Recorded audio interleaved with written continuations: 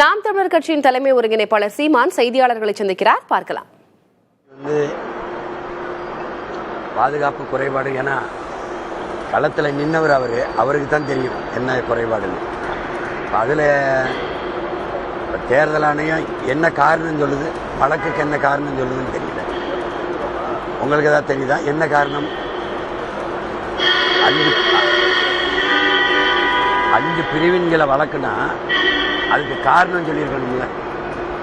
அது ஏதாவது இருக்கா? ஏன்னா நான் அதை கவனிக்கல.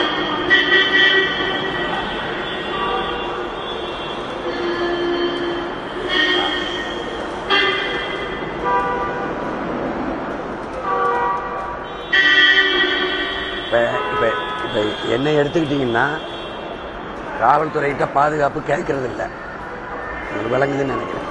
அதை எதிர்பார்க்கறது இல்லை. அதனால எனக்கு அந்த பிரச்சனை இல்லை. தம்பிக்கு என்ன பாதுகாப்பு என்ன குறைபாடுன்னு அவர் தான் சொல்லணும். இப்போ எனக்கிட்ட கேட்டு தெரியாது, ஏன்னா எனக்கு எதுவும் தெரியாது. இல்லை, நான் வேற களத்தில் இருக்கேன், அதனால எனக்கு தெரியாது. வேற ஏதாவது கேட்க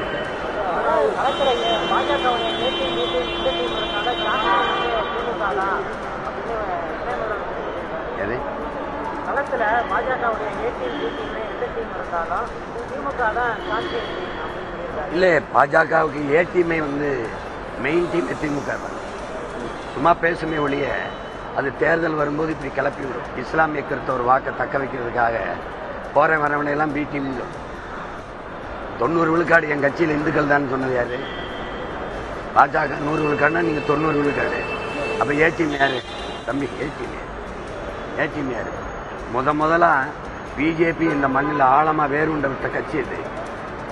எச் ராஜா ஐயாவை சட்டசபையில் கூட்டிட்டு போனது யாரு? அதெல்லாம் யாரு? 5 ஆண்டு காலம் வாஜ்பாய் ஆட்சியை நிலையான ஆட்சியை கொடுக்க வச்சது யாரு? திமுக. அப்புறம் தேவையில்லாம சும்மா வரேன் பரவலாம் பி டீம்ங்கிறது. ஏன்னா எல்லாரும் பி டீம். பிஜேபியின் ஏ டீம் பி டீம்னா ஏ டீம் ஒன்று இருக்கணும்ல. அது யாரு? அதான் திமுக. தேர்தல் வாக்குறுதின்னு சொல்லாதீங்க, அது இலவச அறிவிப்பு. அதை போய் வாக்குறுதிங்கிறீங்க. வாக்குறுதிக்கு அப்ப என்ன பேரு? வாக்குறுதிக்கு என்ன பேர்? அப்போ இப்ப நான் சொல்றேன், தரமான கல்வியை கொடுக்குறேன், சரியான மருத்துவத்தை, தரமான மருத்துவத்தை தரேன், தூய குடிநீரை தாரேங்கிறேன். அது 3 தான் அடிப்படை. அதை நான் தர்றேன். தடையற்ற மின்சாரம் தரேன், நல்ல சாலை கொடுக்குறேன், தரமான போக்குவரத்து தாரேன், எரிக்க நான் சிலிண்டர் தாரேன், எரிகாற்று நானே உற்பத்தி செஞ்சு தாரேன், இலவசமா இல்ல 3 இலவசமா தாரேன், கட்டணம் இல்லாம தரேன், கல்வியை, மருத்துவத்தை, குடிநீரை, மற்றதையும் தரல. எல்லாருக்கும் வேலை தாரேன், நிலமும் வளமும் சார்ந்த தொழிற்சாலைகளை தொடங்கி உங்க வாழ்விடத்திலே வேலை தாரேங்கிறது நான் கொடுக்கறது வாக்குறுதி. நீங்க சொல்றது வெற்று ஏமாற்று அறிவிப்பு. வங்கியில 10,000 தாரேன், கடன் கல்விக்கு 20 லட்சம் கடன் தாரேன். 20 லட்சம் கடன் ஏன் கொடுக்குற? நீங்க கந்துவட்டி கடன் எடுக்கிறியா இல்ல வங்கி பேங்க் வச்சிருக்கிய? அரசு கடன் கல்வியை பிள்ளை மக்களுக்கு கொடுக்கறது.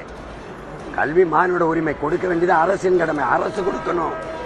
அதை விட்டு நீ கடன் கல்வி இருக்க கடன் தாருன்னா என்ன வட்டி கடை வச்சிருக்க? நீ பிள்ளைகளை படிக்க வைக்கிறது ஒரு நாட்டின் பிள்ளைகளை, அரசின் கடமை. அதுக்கு ஏன் கடன் கொடுக்குற? மாணவன் கடன் வாங்கி படிக்கிற நிலையில ஏன் வைக்கிற? அதான கேள்வி. அதை விட்டுட்டு வேலை இல்லாதவனுக்கு 4,000 போடுறேன்னு அந்த 4,000 கொடுக்கறத வச்சு ஒரு திட்டத்தை தீட்டி அவனுக்கு வேலை கொடுக்க முயற்சி செய். வேலை தானே அவனுக்கு சொல்றேன். நான் 2,000 கொடுக்குறீங்கிற, நான் 2,500 கொடுக்குறீங்கிற, சிலிண்டர் 3ங்கிறார் ஒருத்தர் 6 சிலிண்டருங்கிறார். எங்க இருந்து கொடுப்பேன்? என்ன உங்களுக்கு என்ன ஆயிடுச்சு? எங்க இருந்து கொடுப்பீங்கன்னு சொல்லுங்க எல்லாரும். ஏன் என் மக்களை இப்படி ஏமாத்தி என் நாட்டை வித்து ஏலம் போட்டுக்கிட்டு இருக்கீங்க? வரேன் போறவங்க அதை தாரேன், இதை தாரேன், எங்க இருந்து கொடுப்பேன்? தமிழ்நாட்டில் பாஜக வேரூன்ற காரணம் திமுக தான் என்று நாம் தமிழர் கட்சியின் தலைமை ஒருங்கிணைப்பாளர் சீமான் விமர்சனம் செய்திருக்கிறார். சென்னை விமான நிலையத்தில் செய்தியாளர்களிடையே அவர் பேசியவற்றை பார்த்தோம். விவரங்களை பின்வரும் செய்திகளில் பார்க்கலாம். அது தெரியல. இப்ப தம்பிக்கு பாதுகாப்பு குறைபாடு ஏன்னா களத்தில் நின்னவர் அவருக்கு தான் தெரியும் என்ன குறைபாடுன்னு. அதுல தேர்தல் ஆணையம் என்ன காரணம் சொல்லுது, வழக்குக்கு என்ன காரணம் சொல்லுதுன்னு தெரியல. உங்களுக்கு ஏதாவது தெரியுதா என்ன காரணம்?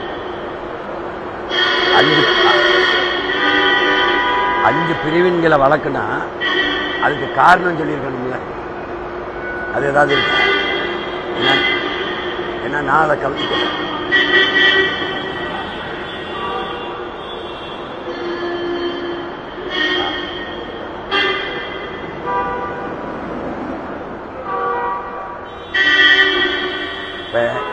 இப்போ என்னை எடுத்துக்கிட்டீங்கன்னா காவல்துறைகிட்ட பாதுகாப்பு கேட்கறது இல்லை, உங்களுக்கு விளங்குதுன்னு நினைக்கிறேன்.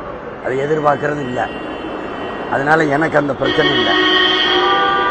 தம்பிக்கு என்ன பாதுகாப்பு என்ன குறைபாடுன்னு அவர் தான் சொல்லணும். இப்போ எனக்கிட்ட கேட்டு தெரியாது, ஏன்னா எனக்கு எதுவும் தெரியாது. இல்லை, நான் வேற களத்தில் இருக்கேன், அதனால எனக்கு தெரியாது. வேற ஏதாவது கேட்க இல்லை.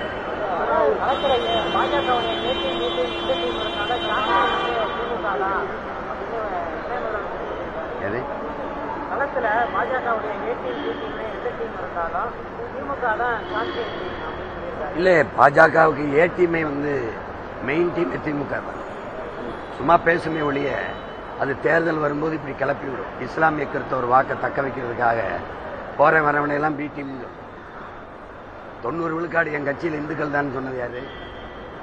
பாஜக 100 விழுக்காடுனா நீங்க 90 விழுக்காடு. அப்ப ஏ டீம் யாரு தம்பி? ஏ டீம் யாரு?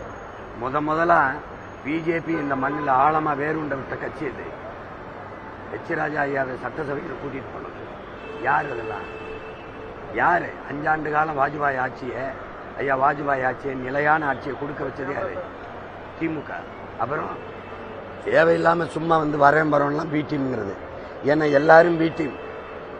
பிஜேபியின் ஏ டீம் பி டீம்லாம் ஏ டீம் ஒன்று இருக்கணும்ல. அது யாரு? அதான் திமுக. தேர்தல் வாக்குறுதின்னு சொல்லாதீங்க, அது இலவச அறிவிப்பு. அதை போய் வாக்குறுதிங்கிறீங்க. வாக்குறுதிக்கு அப்ப என்ன பேரு? வாக்குறுதிக்கு என்ன பேர் அப்போ? இப்ப நான் சொல்றேன், தரமான கல்வியை கொடுக்குறேன், சரியான மருத்துவத்தை, தரமான மருத்துவத்தை தாரேன், தூய குடிநீரை தாரேங்கிறேன். அது 3 தான் அடிப்படை. அதை நான் தர்றேன்.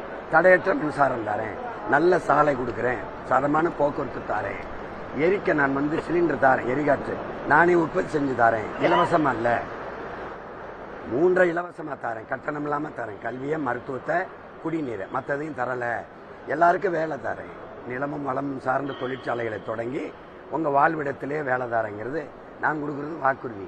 நீங்க சொல்றது வெற்று ஏமாற்று அறிவிப்பு. வங்கியில 10,000 தாரேன், கடன் கல்விக்கு 20 லட்சம் கடன் தாரேன்.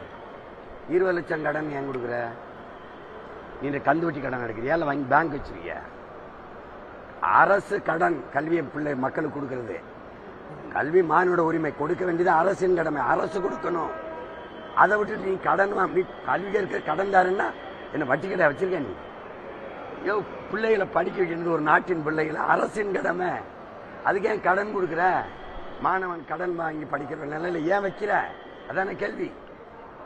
அதை விட்டுட்டு வேலை இல்லாதவனுக்கு 4,000 போடுறேன்னு அந்த 4,000 கொடுக்கறத வச்சு ஒரு திட்டத்தை தீட்டி அவனுக்கு வேலை கொடுக்க முயற்சி செய்ய. வேலை தானே அவனுக்கு சொல்றதில்ல. நான் 2,000 கொடுக்குறீங்கிற, நான் 2,500 கொடுக்குறீங்கிற, சிலிண்டர் 3ங்கிறார் ஒருத்தர் 6 சிலிண்டருங்கிறார். எங்க இருந்து கொடுப்பேன்? என்ன உங்களுக்கு என்ன ஆயிடுச்சு? எங்க இருந்து குடிப்பீங்கன்னு சொல்லுங்க எல்லாரும். ஏன் என் மக்களை இப்படி ஏமாத்தி என் நாட்டை வித்து ஏலம் போட்டுக்கிட்டு இருக்கீங்க? வரேன் பரவாயில்ல, அதை தாரேன், இதை தாரேன், எங்க இருந்து கொடுப்பேன்? கொடுக்குறீங்கள, அதை எங்கிருந்து எடுப்பேன்? இலவசத்துல இழக்கிறீங்க. 2,000 கொடுக்குறீங்க, 8,000 கொடுக்குறீங்க, டோக்கன் கொடுக்குறீங்க, எது வேணாலும் வாங்கிக்கலாங்கிறீங்க. அப்புறம் எதை வேணாலும் இந்த நாட்டை கொடுத்துறீங்களா? இழந்த எங்க மானத்தை கொடுத்துறீங்களா? குடிச்சு செத்தான் எங்க அப்பா நான் சித்தப்பேன், அவன் உயிரை கொடுத்துறீங்களா? கொடுத்துறீங்களா? எப்படி 6 லட்சம் பேர் தாலி எடுத்துட்டு குடும்பத்துக்கு 2,000 கொடுக்கறது எப்படி ஆச்சு? எப்படி? என் மலையை புறா வெட்டி தின்னுட்டீங்க. இந்த 8,000 ரூபாய் டோக்கன் கேட்டா கொடுத்துருவோம்னா மலையை கொடுப்போம்னா இது ஒரு கேவலம். இதெல்லாம் ரசிச்சுக்கிட்டு நீங்க இந்த ஊடகங்கள்ல யாரும் ஜெயித்து பேசுறது இல்லை. எப்படி உங்களால சகித்துக்க முடியுது? இந்த நாட்டையும் மக்களையும் ஏலம் போட்டு அடமானம் வச்சு வித்து 10,5 லட்சம் கோடி கடன், 1 லட்சம் கோடி வட்டி. நீங்க அறிவிச்சிருக்க இந்த இலவச அறிவிப்புகள், இந்த பணம் கொடுக்கறதெல்லாம் இருக்குன்னா இன்னும் 10 லட்சம் கோடி கடன் வாங்கணுமா இல்லையா? அதுக்கு வட்டி எவ்வளவு வரும்? மொத்த நாட்டின் பட்ஜெட்டே 3 லட்சம் கோடி தான். வட்டியே 2 லட்சம் 3 லட்சம் கோடி வந்துருச்சுன்னா என்ன இதுக்கு உனக்கு அரசு நிர்வாகத்துக்கு காவல்துறைக்கு சம்பளம் இருக்காது, ஆசிரியருக்கு சம்பளம் இருக்காது, அரசு மருத்துவருக்கு சம்பளம் இருக்காது, செவிலியருக்கு சம்பளம் இருக்காது. பஸ்ஸு ஓசியாக ஓட்டிடுவேன். கண்டக்டர் டிரைவருக்கு சம்பளம் யார் கொடுப்பா? உங்கள் சொத்தவத்திலிருந்து கொடுப்பீங்களா? சேட்டை தானே அதெல்லாம். எவனுமே கேட்க மாட்டான்னா ஒருத்தன் கேட்பேன், அதுக்கு பதில் சொல்லணும். நீங்கள் நான் ஒருத்தன் கேட்குறேன்ல, பதில் சொல்லணும். எங்கேருந்து எடுப்பேன்? 10,000 கொடுப்பேன். எங்கேருந்து கொண்டு வருவேன்? கடன் தானே வாங்குவேன். யாரை காட்டி கடன் வாங்குவேன்? ஒன்று என் மக்களின் நலத்தை அடமான வைப்பா, என் மண்ணின் வளத்தை அடமான வைப்பேன்.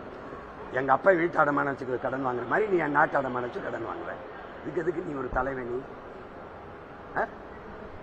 சொந்த நாட்டு மக்கள் கடனை வச்சுட்டு போறவன் ஒரு தலைவனா? சொந்த வீட்டு பிள்ளைகளுக்கு கடனை வச்சுட்டு போறவன் நல்ல தகப்பனா? சொல்லுங்க, நீங்க சொல்லுங்க. படிச்சிருக்கீங்கல்ல, உலகம் முறை நாட்டு நிர்வாகத்தை பார்க்குறீங்கல்ல. நாடாக்குறியா சுடுகாடாக்குறியா? என்ன வச்சிருக்க? தண்ணி இல்லை குடிக்க, சுவாசிக்க காற்று இல்லை, சாப்பிட சோறு இல்லை, மழை இல்லை, மணல் இல்லை, எல்லாத்தையும் வித்துட்ட. மழை இல்லாமல் எப்படி மணல் இல்லாமல் வீடு கட்ட முடியுங்கிற? இந்த ஆற்று மணல் அள்ளி தமிழ்நாட்டு மக்களுக்கு மணலுக்கு தான் குடிக்கியா? இந்த மழை என்னன்னு கேரளாவுக்கு கர்நாடகாவுக்கு எத்தனை லட்சம் டன் ஏற்றுற? வேற மாநிலத்துக்கு ஏன் மலையை வெட்டி என் தாய் மாறதுக்கு விற்கிற? என் மண்ணின் மக்கள் தேவைக்கா மண்ணல்ல ராணி? போடுமே. விஜய் பிரச்சாரம் தொடங்கிட்டாரு. பிரச்சாரத்துல பாத்தீங்கன்னா வாக்குறுதிகள் எதுவும் சொல்லாம, வேட்பாளர் பத்தி பேசாம டிஎம்கேக்கு எங்களுக்கு தான் போட்டு தொடர்ந்து அதையே சொல்லிட்டு. அதுல உங்களுக்கு எதுவும் சந்தேகம் இருக்கா? அவர் 2000 கொடுக்குறேன்றாரு, இவர் 2500ன்றாரு. இந்த 2000க்கு 2500க்கு தான் போட்டி விளங்குது. அதை தான் திரும்ப சொல்லிட்டு இருக்காப்ல. உங்களுக்கு புரியுதா? திமுகவை ஒழிக்கணும், எல்லாருக்கும் இருக்கு. ஏன் ஒழிக்கணும் அப்படின்னு சொல்லணும். விளங்குதா? பாஜக கொள்கை எதிரி. எந்த இடத்துல உன் கொள்கை எதிரி? உன் கொள்கை என்னன்னு சொல்லு. நாங்க கொள்கை எதிரியா இல்லையான்னு முடிவெடுக்கிறோம். கொள்கை எதிரின்னு சொல்றது கொள்கை இல்லை. இதனால இவன் என் கொள்கை எதிரின்னு சொல்லணும். விளங்குதா? விளங்குது. திமுக ஒழிக்கணும். ஏன் ஒழிக்கணும் பேசணும். புரியுதா?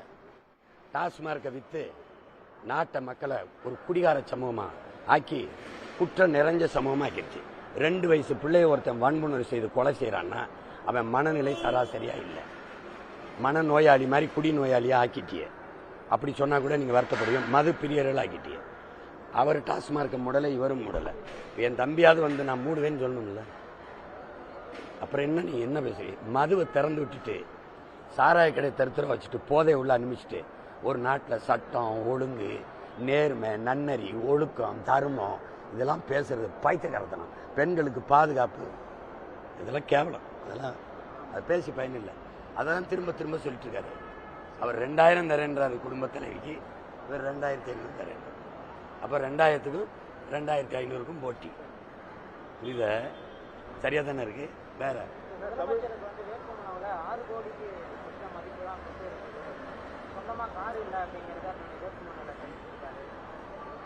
சைக்கிள் தானே போறாரு ஐயா, பாக்குறீங்களா இல்லையா?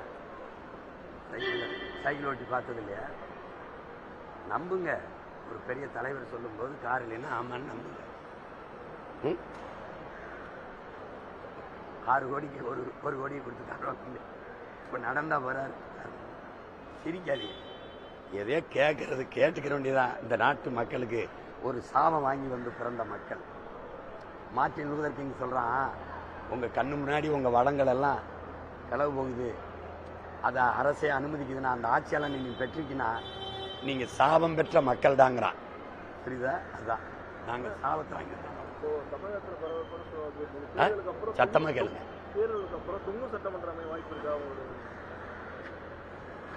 பொறுத்திருந்து போயிட்டு வருவா.